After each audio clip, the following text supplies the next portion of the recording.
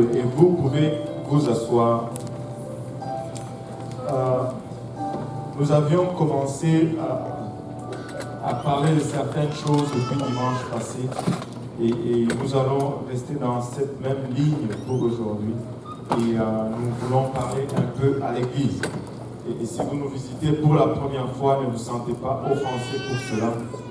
Mais si vous le recevez, gloire à Dieu.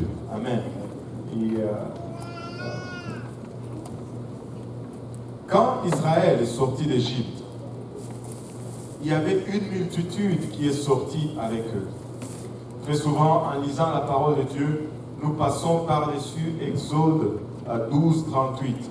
Exode 12, 38 nous déclare qu'une multitude de gens de toute espèce montèrent avec eux. Une multitude de gens de toute espèce montèrent avec eux. Ils avaient aussi des troupeaux considérables, des brebis et des bœufs. Une multitude de gens sont montés avec Israël lorsqu'ils sont sortis d'Égypte. Et cette multitude était parmi Israël. Ils sont sortis ensemble avec Israël. Ils étaient de toute espèce que la Bible nous dit. Ce n'étaient pas des gens qui avaient le même fardeau qu'Israël. Ce n'étaient pas des gens qui ont payé le même prix qu'Israël. Mais lorsqu'Israël est sorti, cette multitude était parmi eux. Ils les ont accompagnés. Ils sont sortis avec eux. Ils n'ont pas souffert la même souffrance qu'Israël.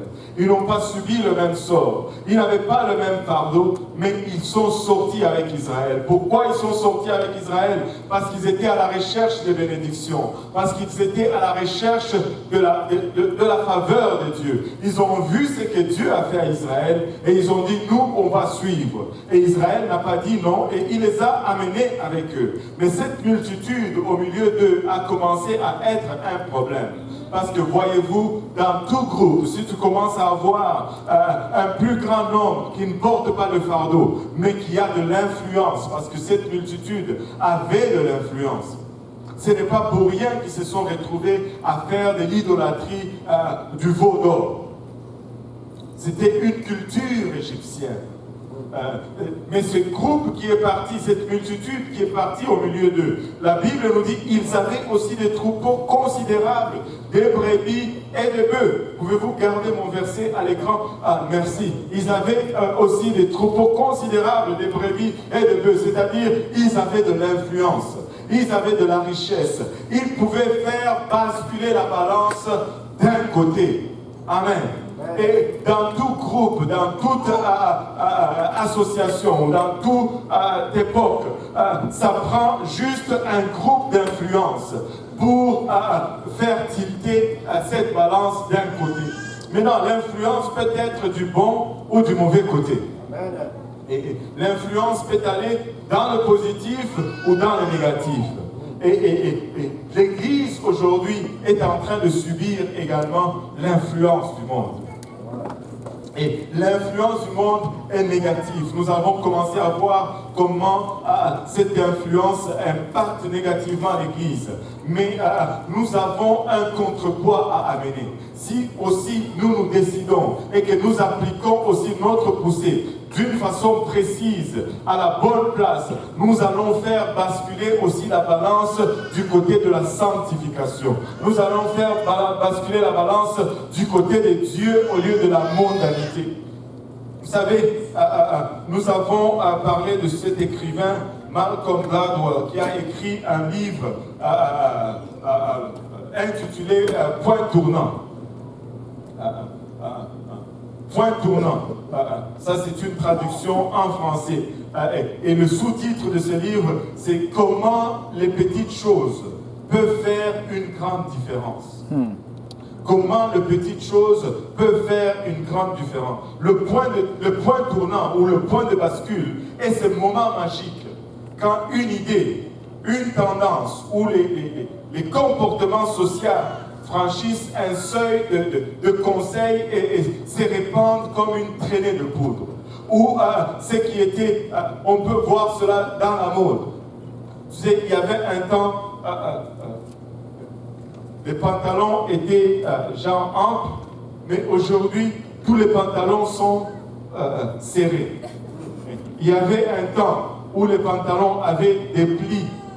Je ne sais pas s'il y a des gens qui ont le même problème que moi. Tu vas acheter des pantalons, il n'y a plus de pantalons avec des plis en avant. Tous les pantalons sont plats en avant. Tu me dis, mais pasteur, c'est quoi ton problème si c'est plat en avant? C'est que si c'est plat en avant, ce n'est pas assez ample.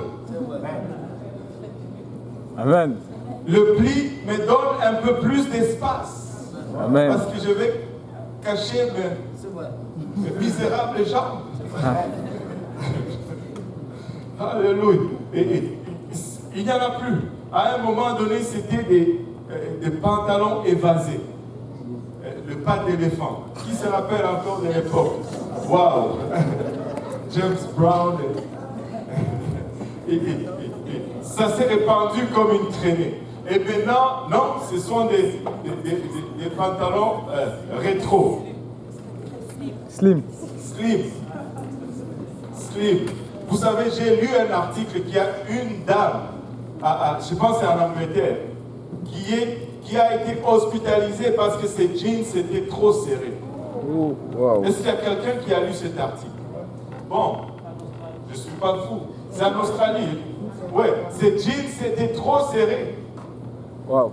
La sanctification. Vous allez éviter l'hôpital.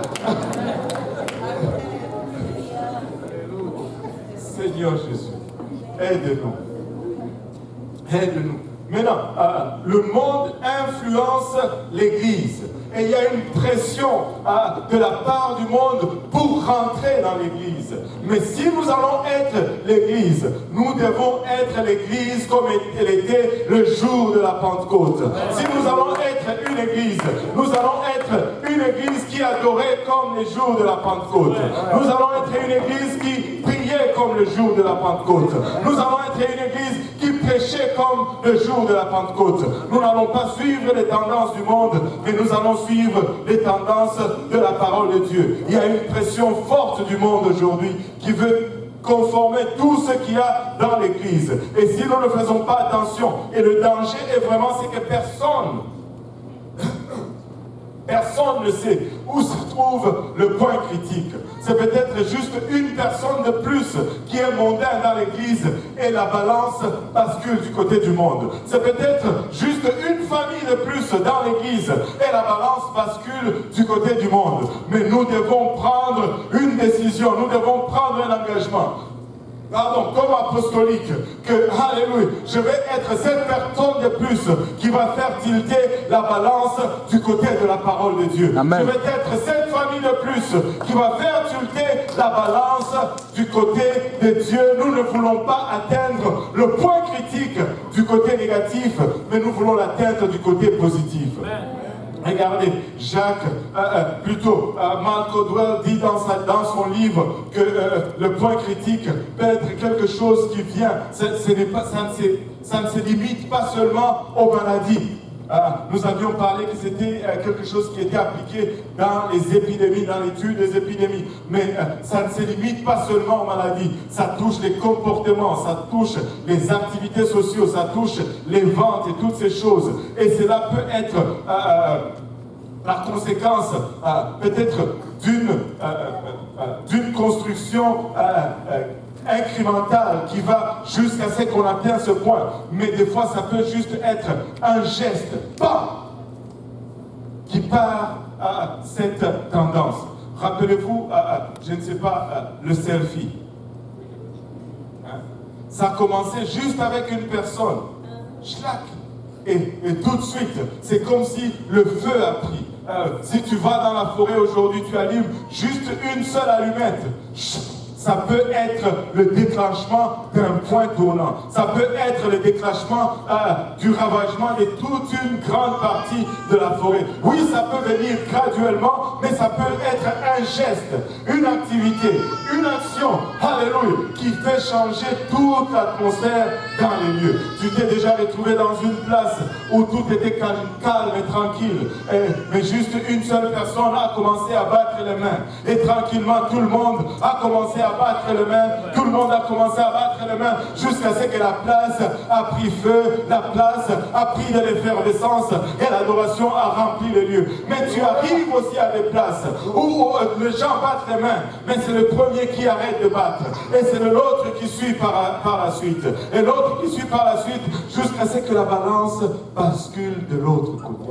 De quel côté de la balance tu vas être? De quel côté tu vas influencer ce qui se passe ici? Es-tu ceux qui fais-tu partir de la multitude qui est sortie avec Israël, qui n'avait pas pris le fardeau, qui n'avait pas de fardeau sur eux? Ou vas-tu être ceux qui payent le prix? Ceux qui mettent l'effort à l'évangélisation, ceux qui mettent l'effort à la prière, ceux qui mettent l'effort au jeûne, ceux qui mettent l'effort au don, ceux qui mettent l'effort juste à la prédisposition d'être là. Juste être là. Je veux juste être là. Parce que si je ne suis pas là, je n'ai pas d'influence. Tu dis, mais pasteur, pourquoi tu dis ça? J'ai dit cela parce que si je regarde nos statistiques, le jour de Pâques, nous étions 527 personnes dans cette assemblée. Il y avait 17 visiteurs. Si je suis bon en maths, ça veut dire qu'il y avait 510 personnes qui n'étaient pas visiteurs pour la première fois. Amen. Amen. Mais où sont-ils? À chaque dimanche, il y a une centaine qui manque. À chaque dimanche, il y a une autre centaine qui manque. Qu'est-ce qui se passe dans la tête de ceux qui manquent? Si Dieu nous répondait à mesure de notre fidélité à sa maison,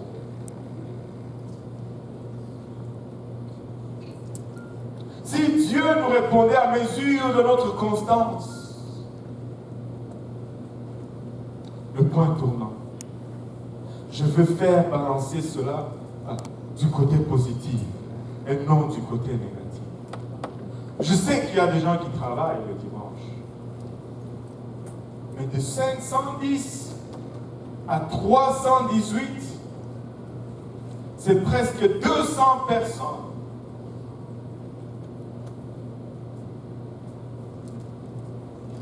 Nous ne pouvons pas faire un changement dans la bonne direction de cette façon. Nous ne pouvons pas y arriver de cette façon. Nous avions commencé à parler de l'adoration. Quand nous venons dans ces lieux, finalement, nous ne venons pas en spectateurs. C'est Dieu qui est le spectateur. C'est Dieu qui nous observe. Nous ne sommes pas là pour nous observer les uns les autres. Nous sommes là pour élever des louanges au seul et unique vrai Dieu. Amen. Dieu ne nous a pas établis juges, alléluia, ou à mesure de l'adoration. Dieu nous a choisis comme adorateurs. Amen. Comme adorateurs. Nous venons premièrement pour adorer Dieu.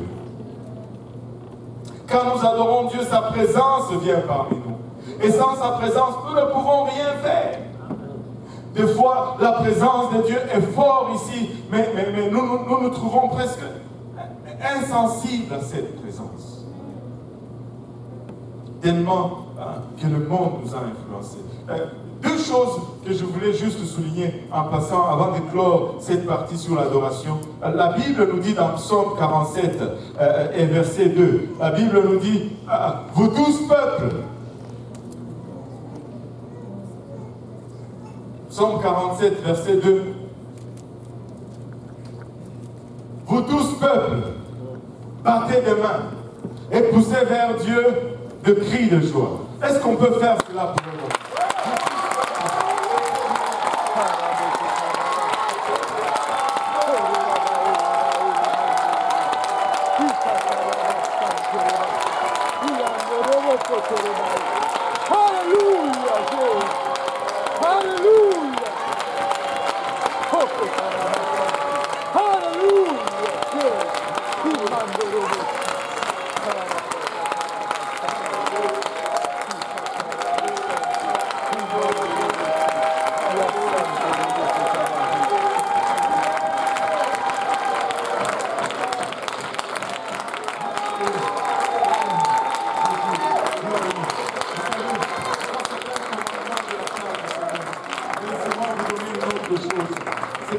seule place où tu trouves ces commandements, battez vos mains.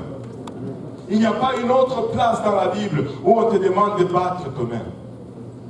Mais avez-vous remarqué que nous battons nos mains plus facilement que nous poussons des cris de joie? Alors que j'ai compté ce matin, il y a au moins 28 places dans la Bible où on nous demande de pousser des cris de joie. Vous savez, même dans nos pratiques, soi-disant apostoliques, nous sommes devenus un peu mondains. Nous restons quand même dans notre convenance. Si nous pouvons juste ne pas battre les mains pour le moment, juste pousser des cris de joie.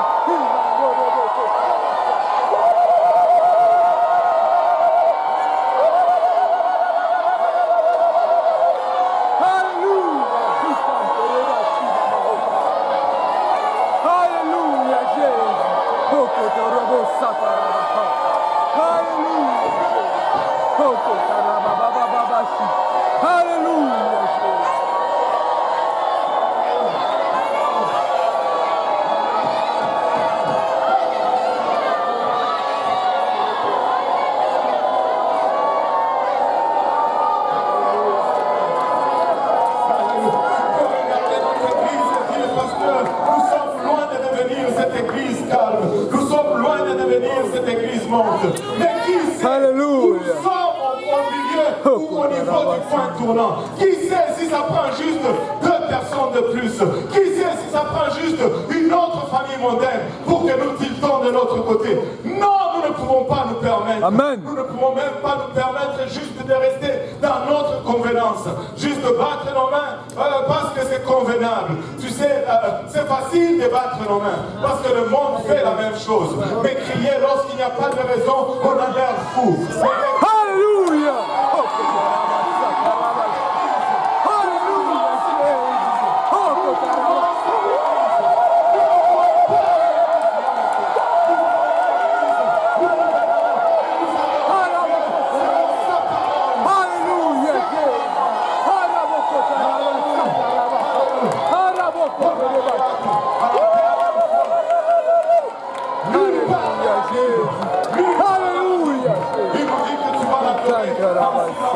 Nulle part dans la Bible, ça nous dit tu vas l'adorer dans ta quiétude, dans la dignité. Nous sommes des gens dignifiés, nous voulons la dignité. Mais David a dit non, nous devons alléluia, être le genre de David qui se moque de la dignité.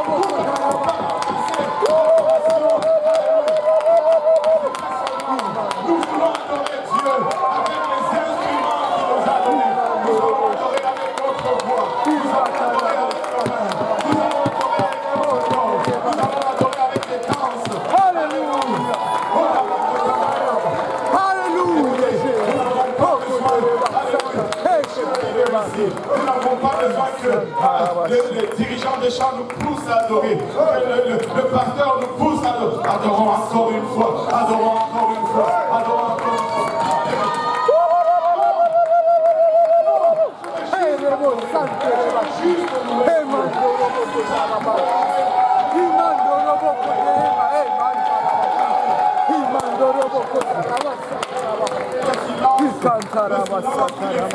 N'ont jamais été associés à l'adoration.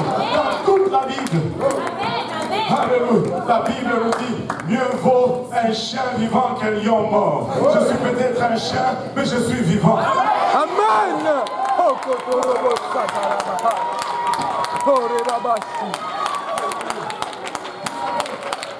Si tu regardes l'adoration, il y a une seule chose qui est exemptée d'adorer. Une seule chose. Les morts. Même les pierres, la Bible dit, si vous ne louez pas, ces pierres vont louer. Mais il dit des morts. Alléluia. Dans le séjour de mort, personne ne te loue. Ne me laisse pas mourir parce que je veux te louer. Amen. Si je suis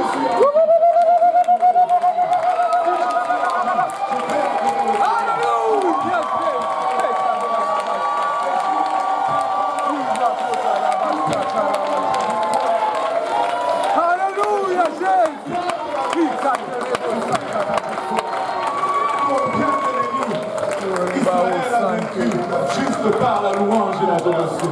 Alléluia. Alléluia. Et verset 7, il te dit, garde le silence devant l'Éternel.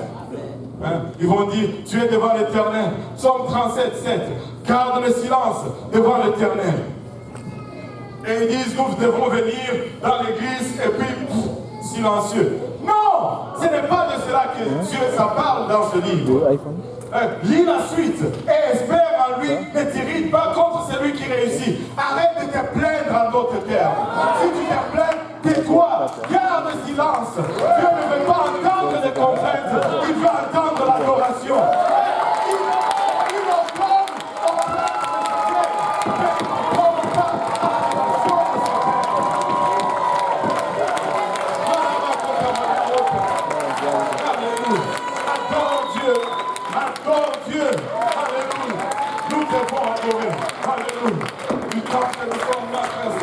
Cette église va être une église folle.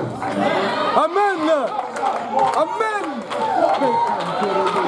Mais pour Dieu, ça va être une église sage. Amen. Une église qui saura faire sortir la présence de Dieu. Ce n'est pas le monde qui définira l'ordre en ces lieux. Non, mille fois non. Pas ici, pas maintenant, pas du temps, alléluia, que nous serons ici. Alléluia. Gloire au nom de Jésus. Nous devons adorer le Seigneur. Nous ne voulons pas arriver à une place où quelqu'un d'autre. Tu sais, l'adoration, tu dis, ben, on a une équipe pour adorer. Le frère Mutombo, il pratique le samedi pour l'adoration. Tu ne peux laisser personne adorer à ta place. Amen. Tu ne peux laisser personne louer Dieu à ta place. En fait, tu ne payes personne, même si tu avais de l'argent. Tu ne peux payer personne pour adorer pour toi. Ça ne fonctionne pas. On n'a pas une équipe pour que nous puissions nous asseoir. Ce n'est pas un match de football où nous sommes assis dans les gradins et nous regardons. Oh, prêche, prêche, prêche, pasteur, prêche, prêche. Non, nous devons être ensemble là-dedans. Alléluia.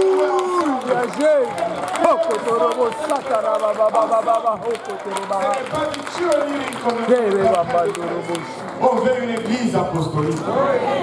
On veut une église qui se moque de ce que la personne à côté en pense. Amen.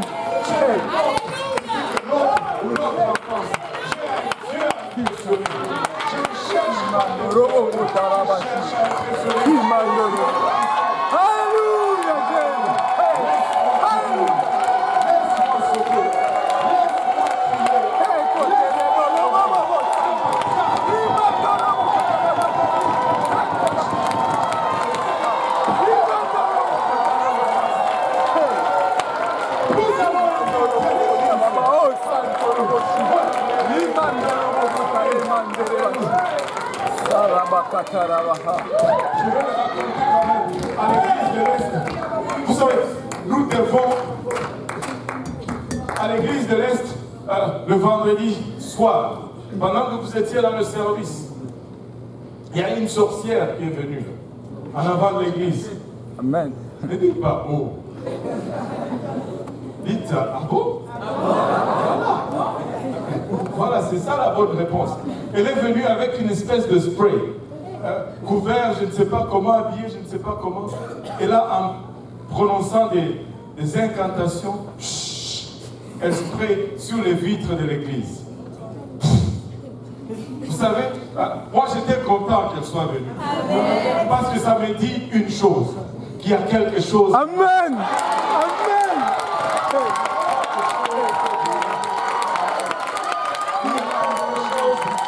Il y a quelque chose qui la dérange. Écoutez, nous allons adorer notre Dieu hors de sa cachette.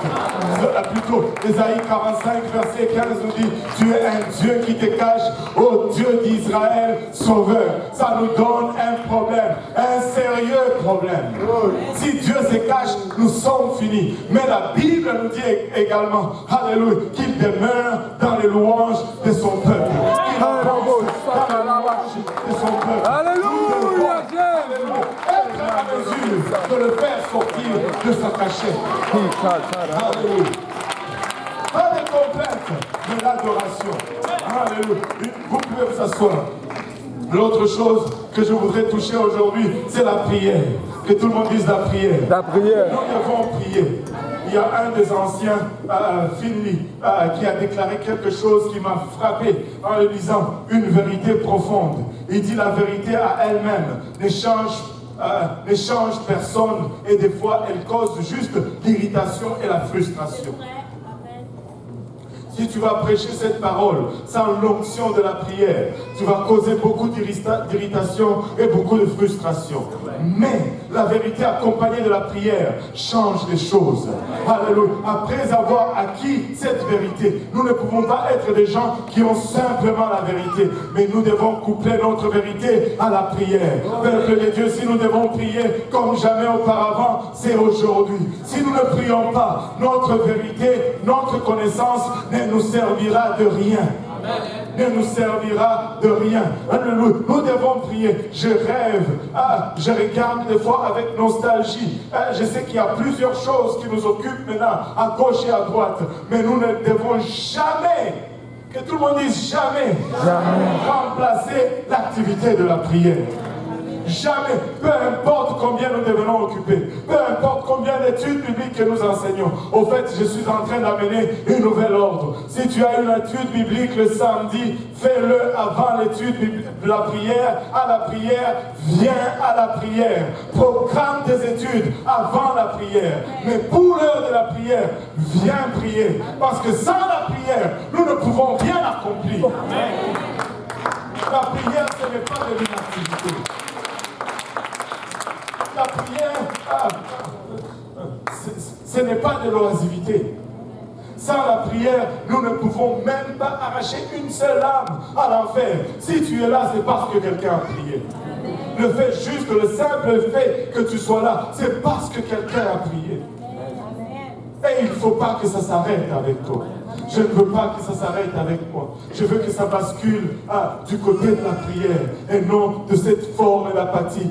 Nous avons transformé nos prières. Nous venons même, si nous sommes là dans la réunion de prière, s'il vous plaît, prions pendant la réunion de prière. La réunion de prière, ce n'est pas un temps pour être dans l'entrée, un temps pour être là à l'extérieur et de courir à gauche et à droite dans les escaliers. La réunion de prière, c'est pour être à genoux en train de supplier Dieu afin qu'il agisse de la part de son église et de la part de son peuple, de la part de ta famille et de la part de tes bien-aimés. Ne gaspille pas le temps de la prière en courant à gauche et à droite. Je sais qu'il y a des fois des occupations. Je sais qu'il y a des choses que nous devons peut-être partager. Mais que l'heure de la prière soit l'heure de la prière. S'il te plaît, ne viens pas me parler pendant l'heure de la prière. Viens, on va parler, on va régler ces choses avant. Mais prions d'abord. Parce que si nous ne prions pas, nous risquons même de ne pas être à mesure de régler ces problèmes dont tu veux qu'on parle.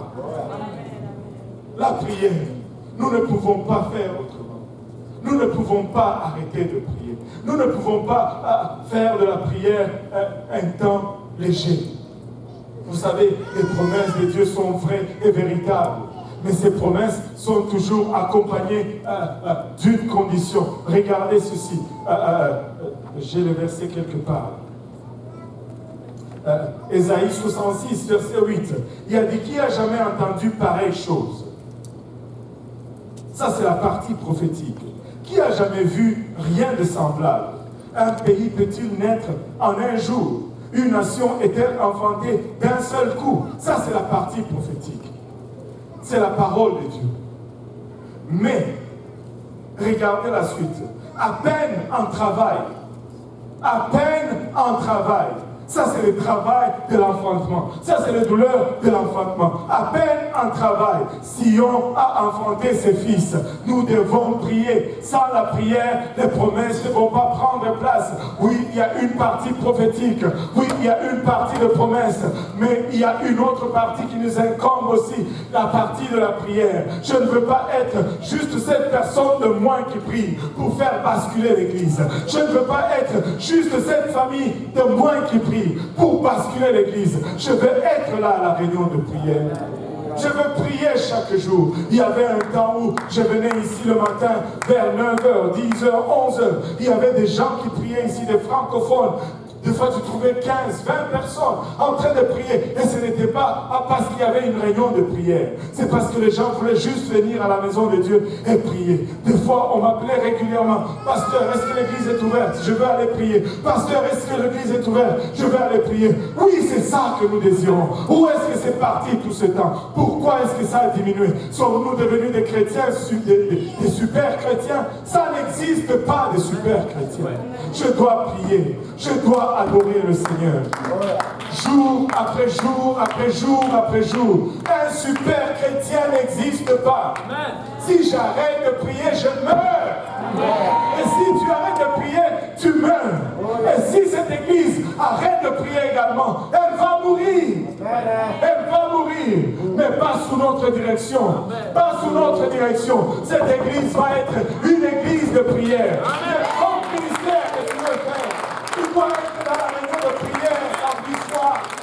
Ce n'est pas juste une obligation qu'on te met sur les épaules pour rendre ta vie difficile. Parce que tu ne peux pas faire le travail que tu prétends faire sans la prière. Aide-nous, Seigneur, à comprendre cela. Aide-nous, cela, Seigneur. Nous devons être à la réunion de prière. Nous sommes là parce qu'il y a des gens en nous qui ont prié. Parce qu'il y a des gens en nous qui ont passé des heures et des heures dans la prière. Aide-nous, Seigneur. Aide-nous, Seigneur. Notre temps de jeûne, il y a un temps où quand on appelait le jeûne de début de mois, tu voyais presque le visage de tout le monde était maigri.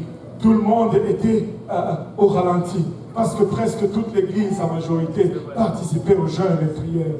Mais il est arrivé un moment où on ne sait plus faire la différence entre la première semaine, la semaine de 3 jours de jeûne et toute autre semaine quand on regarde la congrégation.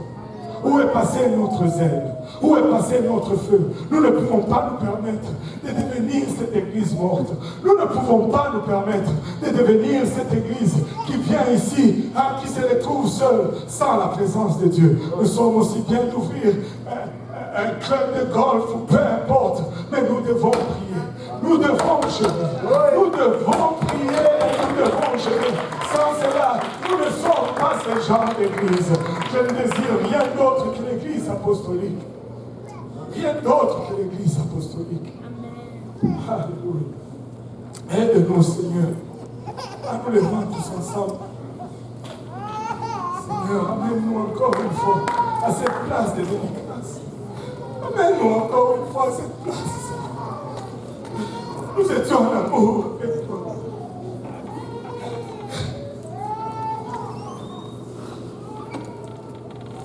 Nous ne voulons pas venir ici juste pour faire le show, juste pour les besoins du monde. Nous désirons la présence de Dieu. Nous désirons Dieu. Nous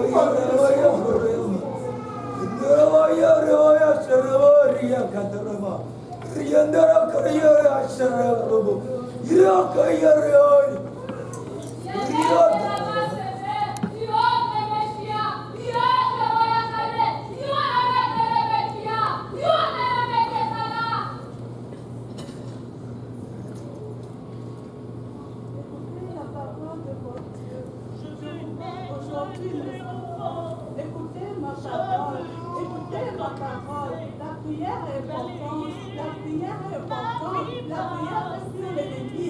La prière vous donne la victoire. Écoutez ma parole. Ayez du zèle. Ayez du zèle. Ayez du zèle. Revenez à votre amour. Revenez à votre amour. Attachez-vous à moi. Écoutez ma parole aujourd'hui. Écoutez ma parole aujourd'hui. Je vous supporte, mais jusqu'à vous. Écoutez ma parole. La prière, elle est importante. Écoutez ma parole. Vous savez, l'œuvre grande, ce qui nous attend est de loin plus grand que vous et moi.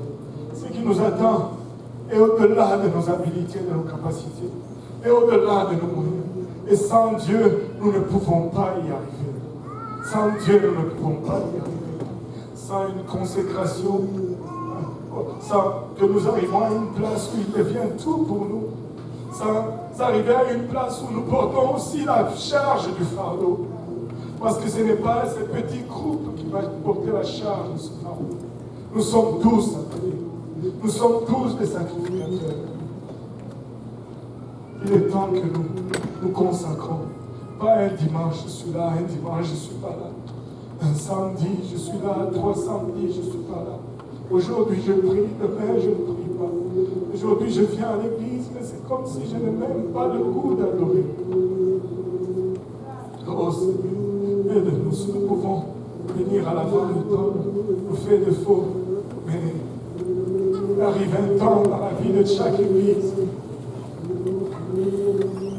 où nous devons juste pousser à la bonne place et juste être encore une fois cette personne qui va faire basculer la balance du côté de Dieu. D'être encore cette personne qui va basculer la balance du côté de la prière, du côté de la sanctification. D'être ce